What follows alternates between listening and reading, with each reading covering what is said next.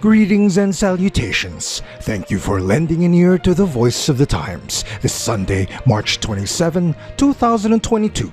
For today's editorial, E-sabong investigation exposes flawed policy.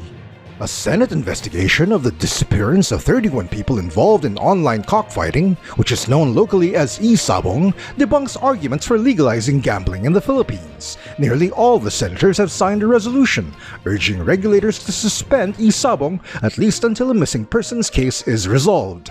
That measure, Senate Resolution 996, does not go far enough, however. Resolutions are merely like suggestions, and so far, the gambling regulator, the Philippine Amusement and Gaming Corporation or PAGCOR, seems reluctant to act. That may be a reaction to the mixed signals coming from President Rodrigo Duterte. And so for now, PAGCOR is citing legal and other technical obstacles to enforcing the resolution. Meanwhile, there are no leads in the case of the missing people, and hopes of finding them alive are either fading or lost.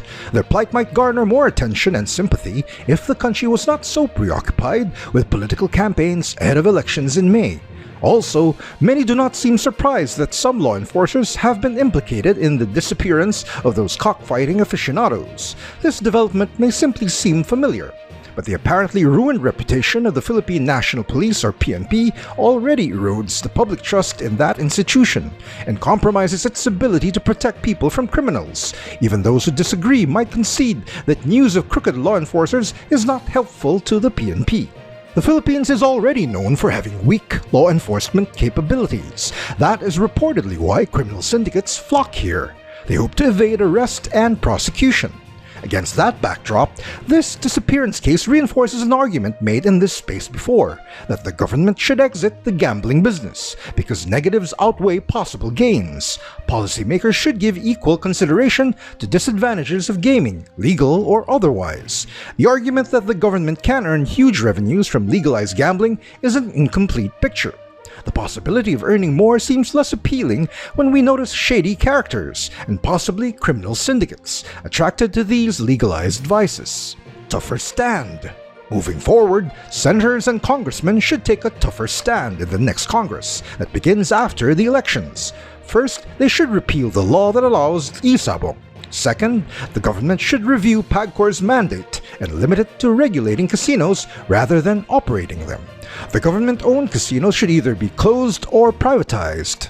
Proceeds from the sale could provide the seed funding for social programs, but if the authorities choose to retain ownership and merely assign casino operations to the private sector, then the dividends and other fees to be collected could be earmarked for those programs. As it is, it seems problematic for PAGCOR to be both regulator and competitor to the private casinos. At the same time, authorities should review advantages and disadvantages of other similar activities that have been allowed, including e-bingo, horse racing, and even the sweepstakes. Similarly, the government should revisit the policies governing Philippine offshore gaming operations, or POGOs.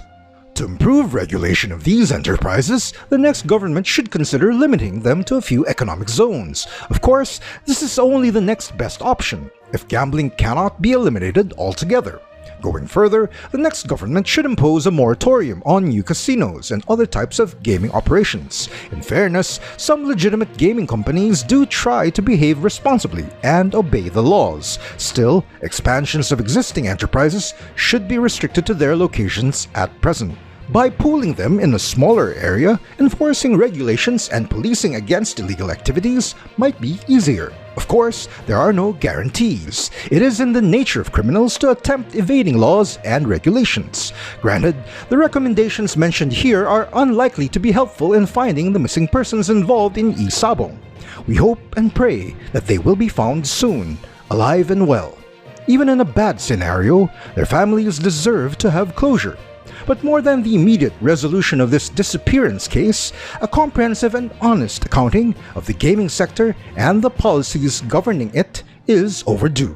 And that's the editorial for Sunday, March 27, 2022. For more news and information, get a copy of the Manila Times on print, subscribe to our digital edition, or log on to www.manilatimes.net. Follow us on Twitter, Facebook, and Instagram, and listen to The Voice of the Times.